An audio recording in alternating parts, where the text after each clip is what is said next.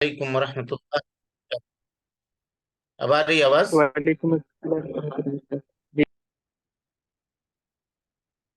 ان الحمد للہ نحمده ونستعینه ونستغفره ونعوذ باللہ من شرور انفسنا ومن سیئات اعمالنا، من يهده الله فلا مضل له ومن يضلل فلا هادي له، واشهد ان لا اله الا الله وحده لا شريك له، واشهد ان محمدا عبده ورسوله، اما بعد فان خير الحديث كتاب الله، وخير الهدي هدي محمد صلى الله عليه وسلم، وشر الأمور محدثاتها، وكل محدثة بدعة، وكل بدعة ضلالة، وكل ضلالة في النار۔ محترم حاضرین، سامعین و سامعات، ناظرین و ناظرات، کتاب نواقض الاسلام کے اس درس میں آپ تمام حضرات کا خیر مقدم ہے۔ اللہ رب العالمین ہم سب کے مل بیٹھنے کو قبول فرمائے، علم دین، علم نافع سیکھنے، اس کے مطابق عمل کرنے، اس کی دعوت عام کرنے، اور اس راستے میں آنے والی مصیبتوں کے اوپر اللہ رب العالمین ہم سب کو صبر کی توفیق نصیب فرمائے۔ محترم حاضرین، نواقض اسلام میں یا اس کتاب میں شیخ الاسلام محمد بن عبد الوہاب رحمۃ اللہ علیہ نے جن 10 ناقض کا تذکرہ کیا ہے، ان میں سے تیسرے پوائنٹ کی تشریح آپ کے سامنے چل رہی ہے۔ کل سے اس کی ابتدا نے آپ کے سامنے کی ہے، اور ہم نے کہا تھا کہ اس ناقض کی بنیاد جو ہے وہ 3 چیزوں کے اوپر ہے۔ سب سے پہلا پوائنٹ آپ دیکھیے، اس پہ آپ کی اسکرین پہ کتاب ہے، کہتے ہیں الثالث، یعنی نواقض اسلام میں سے تیسرا نقطہ یا تیسرا پوائنٹ وہ کیا ہے؟ من لم یکفر المشرکین، جو مشرکین کو کافر نہ سمجھے، او شک فی کفرہم، یا ان کے کافر ہونے میں شک کرے، او صح مذہبہم، یا ان کے مذہب کو درست مانے۔ 3 چیزیں ہیں اس میں، ان کو کافر نہ کہے، ان کے کفر میں شک کرے، یا ان کے مذہب کو صحیح قرار دے، تو ایسا آدمی، علماء کا اجماع ہے اس بات کے اوپر کہ یہ آدمی کافر ہے۔ اس سلسلے میں پہلا جو پوائنٹ ہے، یعنی جو مشرکین کو کافر نہ سمجھے، اس کے تعلق سے آپ کے سامنے کل کے درس میں بات آ چکی ہے۔ اور وہ کیوں کافر ہے؟ اس لیے کہ اللہ اور اس کے رسول کا حکم ہے کہ ایسا شخص کافر ہے، اور جو آدمی کہہ رہا ہے کہ نہیں وہ کافر نہیں ہے، گویا وہ اللہ اور اس کے رسول کو جھٹلا رہا ہے، اور جو اللہ اور اس کے رسول کو جھٹلایا ہے وہ مومن کیسے ہو سکتا ہے؟ کبھی بھی مومن نہیں ہو سکتا ہے۔ اس کے تعلق سے کل کے درس میں ہم گفتگو آپ کے سامنے کر چکے ہیں۔ اب دوسرے پوائنٹ پر آئیے کہ وہ آدمی جس کو اللہ تعالی نے کافر قرار دیا ہو، کہا ہو کہ وہ آدمی کافر ہے، اب کوئی آدمی یہ کہے کہ نہیں ہم کو اس کے کفر میں شک ہے، اللہ کے نبی صلی اللہ علیہ وسلم نے کہا کہ ایسا کرنے والا یا یہ آدمی کافر ہے۔ کوئی انسان یہ کہے کہ نہیں بھائی ہم تو اس کو کافر نہیں کہیں گے کیونکہ میرا دل مطمئن نہیں ہے اس بات کے اوپر، ہم توقف اختیار کریں گے، ہم کچھ نہیں کہیں گے، نہ تو ہم اس کو مسلمان کہیں گے اور نہ ہم اس کو کافر کہیں گے۔ ہم کو کیا ہے، ہم کو کس نے اتھارٹی دیا ہے، یا ہمارے پاس کیا پاور ہے کہ ہم اس کو کافر کہیں، ہے نا؟ اس کی مثال دیکھیے، کہا کہ کسی آدمی سے کہا جائے کہ ایک آدمی ہے جو یہ کہتا ہے کہ اللہ تعالی 3 چیزوں سے بنا ہوا ہے، حضرت مریم سے، حضرت عیسیٰ سے، اور اللہ سے، والعیاذ باللہ، تعالی اللہ عما یقولون علوا کبیرا۔ حل ہوا کافر؟ آپ اس سے پوچھیں کیا وہ کافر ہے جو یہ عقیدہ رکھے؟ کہا کہ نہیں نہیں، ہم ان لوگوں کے تعلق سے اپنی زبان روک کے رکھیں گے، ہم توقف اختیار کریں گے، ہاں، اور ہم ایسا نہیں کہہ سکتے کہ وہ لوگ کافر ہیں۔ یعنی آپ ایک بات کہہ رہے ہیں، قرآن ایک بات کہہ رہا ہے، اللہ کے نبی صلی اللہ علیہ وسلم کے حدیث کچھ اور کہہ رہے ہیں، تو ایسی صورت میں آپ کا یہ قول حدیث کی اور قرآن مجید کی آیتوں کی کھلی ہوئی مخالفت میں ہے۔ لہذا اگرچہ یہ تردد آپ کے دل کے اندر موجود ہے، آپ اس کو اپنی زبان پہ نہیں لا رہے ہیں، کہہ رہے ہیں کہ نہیں ہم کچھ بھی کہنے سے بچیں گے، تب بھی آپ دائرہ اسلام سے خارج ہیں، اور اس کا سبب اور اس کی وجہ یہ ہے کہ آپ اللہ اور اس کے رسول کے تکذیب کرنے والے ہیں، تکذیب کرنے والے ہیں۔ دیکھیے ایک چیز ہے وسوسہ، کبھی انسان کے دل میں یہ وسوسہ ہے کہ نہیں ہو سکتا وہ لوگ صحیح ہے، اور وہ وسوسہ کو جھٹک دے رہا ہے، یہ الگ چیز ہے، یہ الگ چیز ہے، یہ شیطانی کھیل ہوتا ہے، انسان کے دل میں وسوسہ پیدا ہوتا ہے اور شیطان بری خیالات پیدا کرتا ہے، لیکن انسان کو چاہیے کہ اس کو وہ جھٹک دے اور اس کو ختم کرنے کی کوشش کرے۔ یہ اس کے ایماندار ہونے کی دلیل ہے، یہ اس کے ایماندار ہونے کی دلیل ہے۔ جیسا کہ ایک صحابی آئے اللہ کے نبی جناب محمد رسول اللہ صلی اللہ علیہ وسلم کے پاس اور کہا کہ اللہ کے نبی صلی اللہ علیہ وسلم، میرے دل میں کچھ خیالات پیدا ہوتے ہیں، یہی وسوسہ ہے، خیالات پیدا ہوتے ہیں، ایسے خیالات کہ جن کو میں اپنی زبان پر لانا تک گوارا نہیں کرتا ہوں، بول نہیں سکتا، یعنی کتنے بھیانک اور برے خیالات ہوں گے اس کا آپ اندازہ لگائیے۔ تو اللہ کے نبی صلی اللہ علیہ وسلم نے فرمایا ذاک صریح الایمان، یہ کھلے ہوئے ایمان کی نشانی ہے۔ اب سوال یہ ہے، سائل کا سوال دیکھیے، کہہ رہے ہیں کہ میرے دل میں کچھ خیالات پیدا ہو رہے ہیں، اور اللہ کے نبی صلی اللہ علیہ وسلم کہہ رہے ہیں کہ یہ کھلے ہوئے ایمان کی نشانی ہے۔ کیا مفہوم ہوا؟ مطلب کیا ہوا حدیث کا؟ مطلب یہ ہوا کہ تم کم سے کم اتنا تو سمجھ رہے ہو کہ جو چیز تمہارے دل میں پیدا ہو رہے ہیں وہ برے ہیں، تب تو تم اپنی زبان پہ نہیں لا سک رہے ہو، یہی تو ایمان کی نشانی ہے۔ برائی کو دیکھ کر کے برا سمجھنا یہ ایماندار ہونے کی نشانی ہے، اچھائی کو دیکھ کر کے اچھا سمجھنا یہ ایماندار ہونے کی نشانی ہے۔ تو اگر تمہارے قلب کے اندر، تمہارے دل کے اندر یہ صلاحیت موجود ہے کہ وہ برائی کو برا سمجھ رہا ہے، اس کا مطلب یہ ہے کہ اس میں ایمان باقی ہے۔ اللہ کے نبی صلی اللہ علیہ وسلم نے کہا کہ یہ تمہارے ایماندار ہونے کی دلیل ہے۔ تو یہ مت سمجھیے کبھی دل کے اندر وسوسہ پیدا ہو گیا تو نہیں، والعیاذ باللہ کہیں ہم کفر کے اس دائرے میں تو نہیں آ گئے، یہ اس کا ہرگز بھی مطلب نہیں ہے۔ مطلب یہ ہے کہ ہم شک کر رہے ہیں، کھلم کھلا طور پہ ہم کہہ رہے ہیں کہ نہیں، ہم ان کو کیوں کہیں گے ایسا، وہ بھی تو اللہ کے بندے ہیں، وہ بھی تو یہ ہیں یار۔ آج کل دیکھیے گا لوگ ایسا بہت نکلے واٹس ایپ کے اوپر، فیس بک کے اوپر، کہتے ہیں کہ تم جنت کے ٹھیکیدار ہو، اللہ نے تم کو داروغہ بنایا ہے، تم کیوں کہتے ہو کسی کے بارے میں، تم مالک ہو اس کے۔ بھائی ہم نہیں کہہ رہے ہیں، اللہ رسول نے فیصلہ کیا ہے، جس کی جنت ہے اس نے فیصلہ کیا ہے، جو جنت جانے کے راستہ بتلاتے ہیں انہوں نے فیصلہ کیا ہے۔ پھر نہیں جنت عرضها السماوات والارض، اللہ تعالیٰ کہتا ہے کہ آسمان و زمین کی چوڑائی کے برابر جنت ہے، اس کی چوڑائی ہے، اور تم لوگ اس کو یار چھوٹا بنا کے رکھ دیا کہ صرف اس پہ فلاں جائے گا، فلاں جائے گا، فلاں جائے گا۔ اس طرح سے کچھ لوگ لبرل جس کو آپ کہتے ہیں وہ ہوتے ہیں، یہ بھی ٹھیک، وہ بھی ٹھیک، ایسا بھی ٹھیک، ویسا بھی ٹھیک کہنے، یہ اس کے تعلق سے بات چل رہی ہے، اور اس پہ بھی آپ ہر کسی کو نہیں کہہ سکتے ہیں۔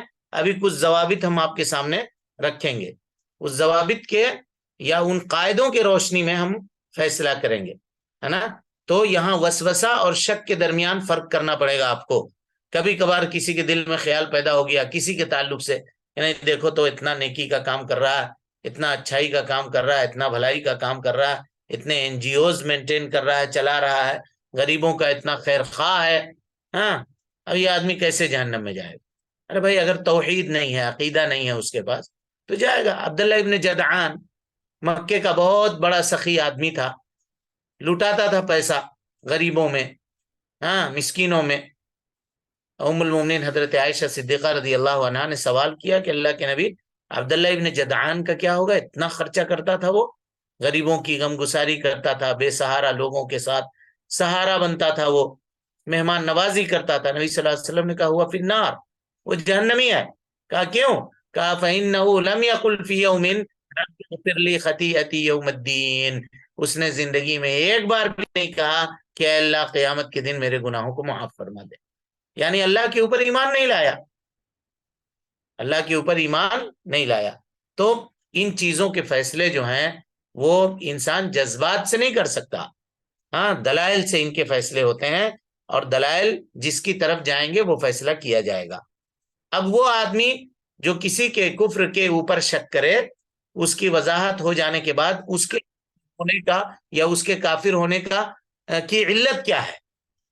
تو علت یہ ہے کہ وہ اس بات میں شک کر رہا ہے جس کے کفر ہونے کی گواہی اللہ، جس کے کافر ہونے کی گواہی اللہ نے اپنی کتاب میں دے دی، اور جس کو اللہ کے نبی صلی اللہ علیہ وسلم نے کافر کہا، اس میں یہ شک کر رہا ہے، گویا کہ وہ قرآن کو جھٹلانے والا اور اللہ کے نبی صلی اللہ علیہ وسلم کے احادیث کا انکار اور اس کا رد کرنے والا ہے، اگرچہ وہ شک کی بنیاد پر ہی کیوں نہ ہو۔ شیخ الاسلام ابن تیمیہ رحمۃ اللہ علیہ کہتے ہیں کہ امام سحنون ہیں، مالکی ہیں، بڑے امام ہیں، امام مالک رحمۃ اللہ علیہ کے شاگرد ہیں، کہتے ہیں اجمع العلماء، علماء کا، امام ابن تیمیہ رحمۃ اللہ علیہ کی بڑی معرکۃ الآراء کتاب ہے نا، کا السارم المسلول علی شاتم الرسول، اس میں وہ کہتے ہیں کہ اجمع العلماء، علماء کا اس بات کے اوپر اجماع ہے کہ وہ شخص جو اللہ کے نبی صلی اللہ علیہ وسلم کو برا بھلا کہے، شتم کرے، سب و شتم کرے نبی صلی اللہ علیہ وسلم کے اوپر، انہو کافر، کہ وہ کافر ہے، اور ائمہ کے اندر اس کا حکم یہ ہے کہ ایسا شخص کیا کیا جائے گا؟ قتل کیا جائے گا۔ ومن شک فی کفرہ کفر، اور جو اس کے کافر ہونے میں شک کرے وہ کافر ہے۔ اب کسی نے آج کچھ کہا، اس کہتے ہیں بھائی آزادی ہے، بولنے کی آزادی ہے، کوئی بھی بول سکتا ہے، معافی ضمیر کو ہر آدمی ادا کر سکتا ہے، آپ کسی کی زبان پہ تالا نہیں لگا سکتے ہیں، اس کی سوچ ہے، وہ اپنے سوچ کی اظہار کر سکتا ہے، تو بھائی اظہار کرنے کے لیے کیا آپ کو وہی ملا ہے سوچ؟ آپ اپنی سوچ کی اظہار دوسری جگہ پر کیجئے، کسی کی ذاتیات پہ اگر آپ کرتے ہیں تو اس پہ آپ پابند ہیں۔ ہم اپنی آزادی رائے کا اظہار آپ کی شخصیت کو ملا کر کے کریں، یہ آزادی ہے کیا؟ اسلام نے اس کی آزادی دی ہے کیا؟ یا کسی مذہب نے اس کی آزادی نہیں دی ہے؟ یہی وجہ ہے کہ جو لوگ اس بات کو برداشت کرتے ہیں رسول کے تعلق سے، اگر ان کی ذات کے تعلق سے کوئی بات کوئی آدمی کہہ دیتا ہے تو وہ مانہانی کر دیتے ہیں اس کے اوپر، کہ تم ایسا کیسا کہہ رہے ہو ہمارے بارے میں، تم نے ہم کو ہرٹ کیا ہے، تم نے ہمارے فلاں کو نقصان پہنچایا، تم نے ہماری ڈگنیٹی کو ٹھیس پہنچائی ہے۔ تو یہ دوہرا پیمانہ، دوہرا معیار نہیں ہے۔ اگر آپ آزاد ہیں تو آپ اپنے معاملے میں آزاد ہیں، کسی دوسرے کے معاملے میں آزاد نہیں ہیں۔ تو اس فرق کو سمجھنے کی ضرورت ہے اور اس کو غور سے سمجھیے۔ اسی طرح سے امام سفیان ابن عیینہ رحمۃ اللہ علیہ کہتے ہیں کہ قرآن مجید یہ اللہ تعالیٰ کا کلام ہے، القرآن کلام اللہ، من قال مخلوق، جو آدمی یہ کہے کہ قرآن مجید مخلوق ہے، فہو کافر، وہ کافر ہے۔ ومن شک فی کفرہ، اور جو ایسے آدمی کے کفر کے اوپر شک کرے، فہو کافر، وہ بھی کافر ہے، وہ بھی کافر ہے۔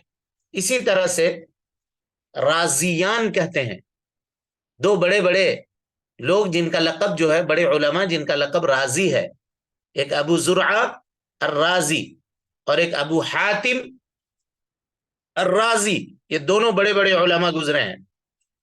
یہ کہتے ہیں اہل سنت والجماعت کے مذہب کو بتاتے ہوئے کہ جتنے علماء سے ان کی ملاقات ہوئی ہے، جتنی شہروں میں، چاہے حجاز میں ہو، عراق میں ہو، شام میں ہو، یمن میں ہو، کہتے ہیں کہ ان کا مذہب ہم نے یہ پایا ہے کہ وہ کہتے تھے الایمان قول وعمل، ایمان نام ہے قول کا، ایمان نام ہے عمل کا، یزید و ینقص، اس میں کمی اور زیادتی ہوتی ہے، والقرآن کلام اللہ غیر مخلوق، قرآن مجید اللہ تعالیٰ کا کلام ہے اور وہ مخلوق نہیں ہے۔ ومن زعم ان القرآن مخلوق، اور جو آدمی یہ گمان کرے کہ قرآن مجید مخلوق ہے، کافر باللہ العظیم کفرا ینقل عن الملہ، وہ اللہ رب العالمین کے ساتھ کفر کرنے والا ہے، ایسا کفر جو اس کو ملت اسلام سے خارج کرنے والا ہے۔ اور اس کے بعد کہتے ہیں ومن شک فی کفری، جو آدمی اس کے کفر کے اوپر شک کرے، ممن یفہم، جاننے کے بعد، سمجھنے کے بعد، سب کچھ دلائل اس کے پاس موجود ہے، اس کے بعد فہو کافر ایضا، تو ایسا آدمی بھی کافر ہے۔ سمجھ گئے؟ دیکھا علماء نے کس طرح سے فیصلہ کیا ہے۔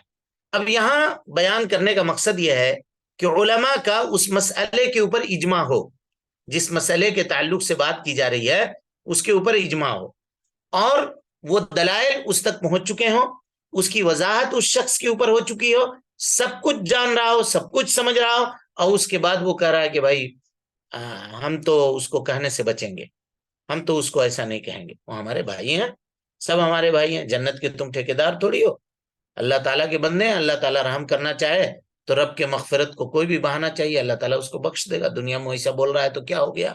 ایسا کہنے والے بہت سارے لوگ دنیا میں پائے جاتے ہیں۔ تب ہم کہیں گے کہ آپ ساری دلائل کو جان رہے ہیں، سب کچھ سمجھ رہے ہیں، اس کے باوجود بھی ایسا کر رہے ہیں، پھر بھی انڈیویجولی ہم کو فرد کی حیثیت سے کسی کے اوپر معین طور پر متعین کر کے کہ زید کافر، عمر کافر، بکر کافر، ایسے کہنے کی اجازت نہیں ہے۔ ہم رجوع کریں گے علماء ربانیین کی طرف، ان کے سامنے اس کے مسائل کو پیش کریں گے، اس کو بلا کر کے لائیں گے، بٹھائیں گے ان کے سامنے، وہ حجت تمام کروائیں گے۔ ہو سکتا ہے اس کے دل میں کہیں پر کوئی شبہ ہو، کوئی مسئلہ ہو، علماء اس کو دور کرنے کی کوشش کریں گے، اس کے باوجود بھی وہ اپنے موقف کے اوپر اڑا ہوا ہے، تب علماء دیکھیں گے کہ اس کے اوپر کیا فیصلہ کرنا ہے۔ لیکن ہر آدمی کو، فرد واحد کو یہ اجازت نہیں دی جاتی کہ تم جلد بازی کرو اور مسئلے کے اندر فلاں کافر، فلاں کافر، فلاں کافر، جیسے کہ کچھ نوجوان کرنا شروع کرتے ہیں۔ کہا کہ یہ کام کیسا ہے ذرا بتائیے، فون کریں گے، ہاں یہ اب مسئلہ پوچھنا ہے، بولیے بولیے بھائی کیا مسئلہ پوچھنا ہے؟ فلاں عالم کے بارے میں آپ کی کیا رائے؟ فلاں عالم کے بارے میں کیا رائے، کیا جاننا چاہ رہے ہیں آپ ان کے عقیدے کے بارے میں؟ نہیں آپ کی رائے کیا ہے یہ بتائیے۔ اور آپ نے کہہ دیا کہ نہیں وہ ٹھیک ہے، صحیح ہے، اور ٹھیک، آپ ان کی تائید کرتے ہیں؟ کہاں ان کی تائید کرتے؟ کہا آپ بھی کافر ہو گئے، والعیاذ باللہ۔ اس طرح سے یہ چل رہا ہے معاملہ۔ یہ کرنے کی اجازت کسی کو بھی نہیں ہے جی۔ کتاب پڑھنے والے سارے لوگ غور سے سن جائیے، سمجھ جائیے کہ ایسا نہیں ہے، ورنہ اگر یہ اس پوائنٹ کو نہیں سمجھیے گا تو ہماری آپ کی حالت وہی ہوگی کہ کسی بندر کے ہاتھ میں ہم نے اسطورہ دے دیا ہو اور اس سے وہ اپنے آپ کا نقصان پہنچا رہا ہو۔ وحی الہی کو علماء ربانیین کے نگرانی میں سمجھنا ہے اور ان کو جاننا ہے۔ نہیں ہم نے تو کتاب پڑھا ہے، استاد سے ہم نے پڑھا ہے، انہوں نے ایسا بیان کیا ہے، بول کے ہم ایسا کر رہے ہیں، تو ایسا نہیں ہے۔ اس کے تمام موانع کے اوپر، تمام پہلوؤں کے اوپر 1000 مرتبہ آپ کو غور کرنا پڑے، اس کے جو شبہات ہیں اس کو جاننا پڑے گا کہ وہ کس وجہ سے ایسا کہہ رہا ہے۔ ان تمام چیزوں کو ہو سکتا ہے اس کی کوئی مجبوری ہو، کوئی زبردستی ہو، کوئی اور معاملہ ہو، کوئی اور معاملہ ہو جس کی وجہ سے رہا ہو، کوئی بات کر رہا ہو، یہ ساری چیزیں دیکھنی پڑے گی۔ بادی الرائے میں اس طرح کے کام کرنے سے انسانوں کو بچنا چاہیے۔ یہی وہ باتیں ہیں جس کو لوگوں نے سمجھا نہیں ہے تو کہتے ہیں کہ یہ شیخ الاسلام محمد بن عبد الوہاب رحمۃ اللہ علیہ کی کتابیں یہ لوگوں کو غلط باتوں کی طرف یا کفر کی دکان بنانے کی طرف لے کر کے جاتی ہیں اور ان کو تکفیری ذہن کا بنا دیتی ہیں۔ ایسا نہیں ہے، انہوں نے حاشا وکلا کبھی کسی کا نام لے کے متعین انہوں نے نہیں کہا، قاعدہ بیان کیا ہے۔ اب اس قاعدے کو فٹ کرنے کی صلاحیت اگر آپ کے اندر نہیں ہے تو اس میں ان کا کیا قصور ہے؟ ان کا کیا قصور ہے بھائی؟ علم طب میں آپریشن کرنے کے سارے اصول اور رول بیان کیے گئے ہیں۔ اب کوئی آدمی کتاب ایسی پڑھ لے اور پریکٹس نہ کرے، کچھ نہ کرے، ڈاکٹر کے ساتھ بیٹھے نہیں، آپریشن تھیٹر میں کبھی جائے نہیں، اور کسی کو کہے کہ تمہارا پیٹ درد کرا، لاؤ نا، ہم تو کتاب پڑھے ہوئے ہیں، انٹرنیٹ پہ دیکھے ہوئے ہیں، یوٹیوب پہ کیسے کاٹتے ہیں پیٹ اور کیسے سیتے ہیں، اور پکڑ کے آپریشن کر دیا، کیا ہوگا اس کا؟ تو یہ جاننے اور سمجھنے کی اس کو کوشش کرنی چاہیے کہ ہر ہاتھ میں سرنج پکڑنے والا آدمی، چھری چلانے کی صلاحیت، سبزی کاٹنے والا آدمی آپریشن کرنے کے لائق نہیں ہو جاتا۔ جب اس معاملے میں اس طرح کے احتیاط ہے تو یہاں اور احتیاط ہے، وہ تو دنیا ہی کا معاملہ ہے، اب اس کو دنیاوی طور پہ نقصان پہنچے، اس سے آخرت تباہ ہو جائے گی، آپ کی بھی اس کی بھی۔ تو اس کو غور سے سمجھنا ہے۔ اب آئیے تیسرے پوائنٹ کی طرف، اور یہ سب سے زیادہ سخت ہے، کیا ہے؟ ومن صح مذہبہم، جو ان کے مذہب کو درست جانے۔ اب تک انڈیویجول اس کی ذات پر بات ہو رہی تھی کہ نہیں ہم اس کو کافر نہیں کہیں گے، نہیں ہم اس کے کفر میں ہم کو شبہ ہے۔ اب یہاں اس کے مذہب کو درست کہہ دے رہے ہیں آپ، ڈائریکٹ، سیدھا۔ پہلے تو اس کے اوپر حکم لگایا جا رہا تھا، اس کی ذات کے اوپر حکم لگایا جا رہا تھا، اب دوسرے پہ بحیثیت انسان اس کی ذات پر بات ہو رہی تھی، اب جو بات ہو رہی ہے وہ اس کے مذہب کے اوپر ہو رہی ہے، اس کے افعال کے اوپر ہو رہی ہے، اس کے گفتگو کے اوپر ہو رہی ہے۔ یہ اس سے زیادہ سخت معاملہ ہے۔ کیا ہے؟ دیکھیے، کوئی آدمی یہ کہے کہ کفار کا جو مذہب ہے یا ان کے مذہب کا جو بعض طریقہ ہے وہ کیا ہے، وہ صحیح ہے، وہ درست ہے، اگرچہ کتاب و سنت میں اس کی دلیل موجود نہ بھی ہو. ہاں، جس کے ذریعے سے وہ کفر کرتے ہیں، کہا وہ طریقہ ان کے یہاں بڑا صحیح ہم کو لگا، ہمارے اندر بھی اس کو نافذ کرنا چاہیے. اس طرح کی بات اگر وہ کر رہے ہیں تو وہ آدمی کافر ہے، اس کا اسلام نقض ہو گیا، اس کا اسلام ٹوٹ گیا.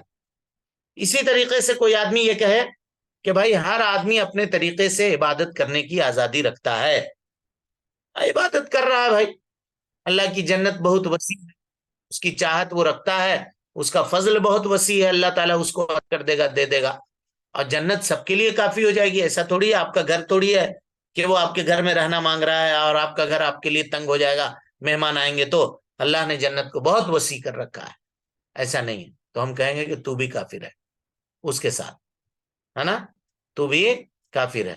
کیوں؟ کیونکہ تو ایسے آدمی کے کفر کے اوپر یا اس کے مذہب کے اوپر اس کو صحیح قرار دے رہا ہے جس کے مذہب کے بطلان کی دلیل کتاب و سنت کے اندر موجود ہے. اسی طرح سے کوئی آدمی یہ کہے کہ دیکھو جی دنیا میں جتنے مذاہب ہیں نا وہ سب کے سب ایک ہیں. وحدت ادیان کے اوپر جو لوگ بات کرنے کے لیے نکلے اور بڑی گفتگو اس کے اوپر کی گئی، آج بھی کی جا رہی ہے، لوگوں کی کوشش ہے کہ سارے ادیان کو ایک بنا دیا جائے.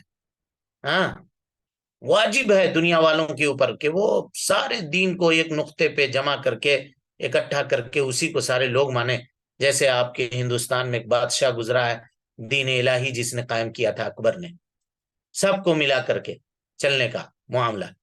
بہرحال تو کہا کہ ہم سب کو برابر کر دیں گے، توریت، زبور، انجیل یہ سب تو اللہ کی طرف سے نازل کردہ کتاب ہے، اس کے احکامات بھی وہی ہیں، اگر سارے لوگ مل گئے تو اس میں دقت کی کیا بات ہے. اگر ایسا کہتا ہے تو گویا کہ وہ آدمی ان کے مذہب کو صحیح قرار دے رہا ہے اور وہ آدمی مسلمان نہیں ہے، دائرہ اسلام سے خارج ہے. کیوں؟ کیوں؟ اس وجہ سے کہ اللہ کے نبی جناب محمد رسول اللہ صلی اللہ علیہ وسلم نے فرمایا لو کان موسیٰ حیا، اگر موسیٰ علیہ السلام بھی زندہ ہوتے، ما وسعہ الا اتباعی، تو ان کو بھی جنت جانے کے لیے میری اتباع کرنی پڑتی، میرے دین کے مطابق اپنی زندگی گزارنا پڑتی. اور آپ سب کو معلوم ہے کہ آخری زمانے میں جب حضرت عیسیٰ علیہ السلام کا نزول دنیا میں، تو کیا وہ اپنی شریعت نافذ کریں گے انجیل والی کہ محمد رسول اللہ صلی اللہ علیہ وسلم کی شریعت کے مطابق عمل کریں گے؟ سب کو معلوم ہے کہ وہ جناب محمد رسول اللہ صلی اللہ علیہ وسلم کے شریعت کے مطابق عمل کریں گے اور اسی کے مطابق فیصلہ کریں گے. پھر آپ کیسے کہہ رہے ہیں کہ نہیں ان کا مذہب صحیح ہے اور ان کو ملا لینا چاہیے، وہ ہمارے بھائی ہیں؟ گویا کہ آپ اللہ اور اس کے رسول کے فرمان کو باطل کر رہے ہیں، اور آپ کے ذہن کی جو اپج ہے اور آپ کے ذہن و دماغ کی جو فہم ہے، آپ اس کو درست اور صحیح کہہ رہے ہیں، اور ایسا کہنا صحیح نہیں. ہاں، ٹیبل ٹاک کے لیے، گفتگو کرنے کے لیے، باتیں کرنے کے لیے آپ ایک ٹیبل پہ جمع ہوئیے، اس پہ کسی کو کوئی اعتراض نہیں ہے. آپ جمع ہوئیے، آپس میں باتیں کیجئے، ہاں، توحید کی دعوت دیجئے، ادیان کے اندر جو خرابی ہے اس کو دور کرنے کی کوشش کیجئے، دشمنی اور جو ایک دوسرے کے درمیان جو خلا ہے، جو پاٹ ہے، اس کو دور کرنے کی کوشش کیجئے، اس کو پاٹیے خلا کو. ہاں، یہ سب کام آپ کر سکتے ہیں، لیکن ان کے مذہب کو صحیح قرار دیں اور ان کو درست قرار دیں. یہ کرنا کیا ہوگا؟ اللہ تعالیٰ فرماتا ہے وَمَن يَبْتَغِي غَيْرَ الْإِسْلَامِ دِينًا فَلَن يُقْبَلَ مِنْهُ وَهُوَ فِي الْآخِرَةِ مِنَ الْخَاسِرِينَ. اسلام کے علاوہ جو کوئی دوسرا دین تلاش کرے، ابتغاء کرے، چاہے بحیثیت دین اسلام کے علاوہ کسی دوسرے دین کو، اللہ نے واضح کہا فَلَن يُقْبَلَ مِنْهُ، اس سے وہ قبول نہیں کیا جائے گا اور آخرت میں وہ خسارہ اور گھاٹا اٹھانے والے میں سے ہوگا. اور اسی طرح سے اللہ تعالیٰ نے ایک جگہ کیا کہا؟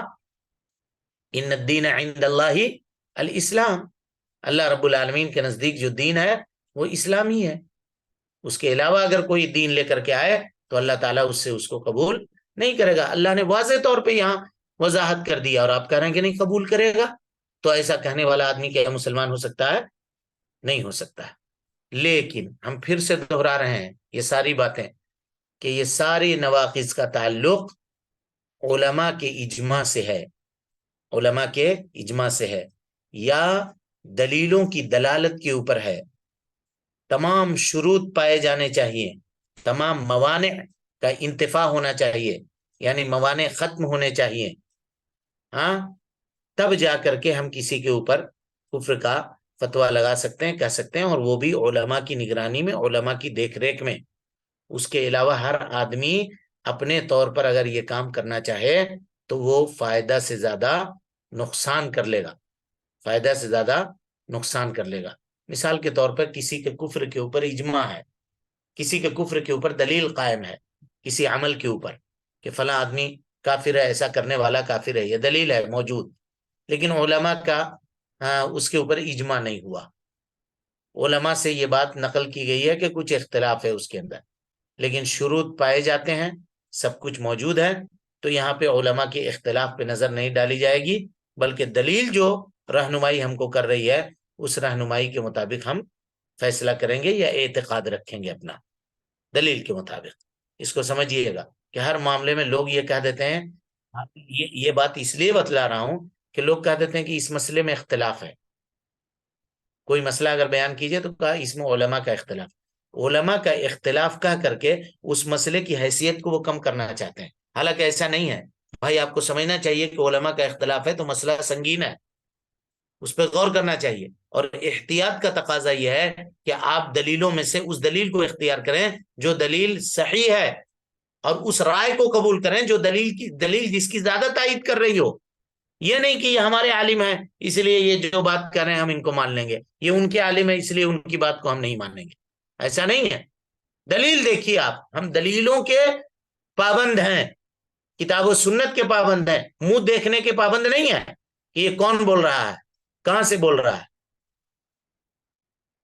یہ چیزیں انسان کو چاہیے۔ اب رہا کہ کفر کو لوگوں کے اوپر مسلط کرنا اور کہنا کہ تم کافر، کافر فون کر کے پوچھنا کہ آپ فلاں کو کافر کہتے ہیں کہ نہیں کہتے ہیں، نہیں کہتے ہیں تو آپ کافر، ہاں، اس طرح کی چیزیں یہ بہت جو ہے نقصان دہ ہے اس امت کے لیے۔ اور موجودہ زمانے میں جو خوارج نے جو نظریہ اپنایا جی، وہ یہی سب نظریات تھے، یہی سب نظریات تھے۔ اس کی ایک چھوٹی سی مثال دے کر کے میں بات کو ختم کرتا ہوں۔ نوجوانوں کے ذہنوں کو اس تعلق سے اتنا خراب کیا گیا، اتنا خراب کیا گیا کہ 2-3 سال پہلے اخبار میں آیا تھا، شاید آپ لوگوں نے بھی اس کو پڑھا ہوگا، کہ وہ جو دہشت گرد تنظیم ہے ایک IS یا کیا کہتے ہیں اس کو، جو نکلا تو اس میں کوئی لڑکا گیا، داخل ہوا اس میں، اللہ تعالی ہم سب کو ان کے فتنوں سے، ان کے شر سے محفوظ رکھے۔ تو اپنے گھر کا اکلوتا تھا لڑکا، وہ جب چھٹی میں یا کچھ میں وہ اپنا گھر آیا تو اس کی ماں رونے لگی کہ بیٹا تو اکیلا ہے میرے لیے، تم کو پڑھایا لکھایا تھا، انجینئر بنایا تھا، یہ سوچا تھا کہ تو سہارا بنے گا، تمہارے باپ نہیں ہے، ہمارا کوئی سہارا نہیں ہے، تم کہاں چلے گئے، وہاں جان کا خطرہ ہے، نہ جاؤ، یہاں رہو، ہمارے پاس رہو۔ بہرحال یہاں سے جب چھٹی گزار کے وہ گیا تو اپنے سردار سے جا کر کے اس نے یہ بات کہی کہ میری اماں آپ لوگوں کو برا بھلا کہتی ہے اور ہم کو یہاں آنے سے روکتی ہے، تو اب ان لوگوں نے بیٹھ کر کے یہ فیصلہ کیا کہ تمہاری ماں تو کافر ہے، وہ ہم لوگوں کو اگر غلط کہہ رہی ہے، برا کہہ رہی ہے تو، اور کافر کو قتل کرنا واجب ہے، بولے عیاذ باللہ۔ دیکھیے کیسے فیصلہ ہوتا ہے۔ اور اس کے پنچ نے، کیبنٹ نے بیٹھ کے یہ فیصلہ کیا کہ یہ قتل کی ذمہ داری ہم تمہیں کو سونپتے ہیں۔ اب یہ گیا پھسلا کر کے اپنی ماں کو لے کر آیا وہاں، اور ویڈیو کیمرہ آن دا کیا کہتے ہیں اس کو، کیمرے کی آنکھ کے سامنے آن ریکارڈ اس نے چھری لے کر کے اپنی ماں کو ذبح کر دیا، خود کا بچہ۔ بتائیے تو کیا یہ دین ہے؟ محمد صلی اللہ علیہ وسلم یہ دین لے کر کے آئے تھے کیا؟ ارے آپ کا دین تو وہ تھا کہ ایک صحابی آئے، کہا کہ اللہ کے نبی ہم آپ کے ساتھ جنگ میں جانا چاہتے ہیں۔ آپ نے کہا کیا تمہاری ماں زندہ ہے؟ کہا ہاں زندہ ہے، اللہ کے نبی کہا ففیہما فجاہد، جاؤ ماں کی خدمت کرو، وہی تمہارے لیے جنگ ہے۔ اس دین کو، اس بہترین دین کو، خیر والے دین کو لوگوں نے کیسے ریڈیکلائز کر کے اس کے لوگوں کے ذہنوں کو کیسا بدلا ہے، اور کتنی دھما چوکڑی مچائی ہے، اور کس طرح سے اسلام کے چہرے مصفہ کو داغدار کرنے کی کوشش کی ہے، ذرا سا آپ دیکھیے تو۔ کبھی بھی اسلام اس طرح کی چیزوں کی اجازت نہیں دیتا ہے، اور جو لوگ اس طرح کے کام کرتے ہیں مسلمان ہونا دور کی بات، انسان نہیں ہو سکتے. انسان ہونا تو ایک ہے بات، لیکن مسلمان کی بات تو اب دور کہتے ہیں، انسان تک نہیں ہو سکتے یہ لوگ جو اس طرح کے کام کرتے ہیں، جانوروں سے بھی بدتر ہیں اور برے ہیں. لہذا ان چیزوں کو، ایسے شکوک و شبہات سے اپنے آپ کو بچانا چاہیے اور ان چیزوں میں جانے سے اپنے آپ کو روکنا چاہیے. اللہ رب العالمین سے ہم دعا کرتے ہیں اپنے لیے، آپ سب کے لیے، کہ اللہ رب العالمین ہم سب کے حسنات اور نیکیوں کو قبول کرے، ہم سب کے سیئات سے درگزر فرمائے، جب تک زندہ رکھے دین اسلام پہ زندہ رکھے، اور جب اٹھائے ایمان پہ اٹھائے. آمین. واخر الدعوانا ان الحمد للہ رب العالمین.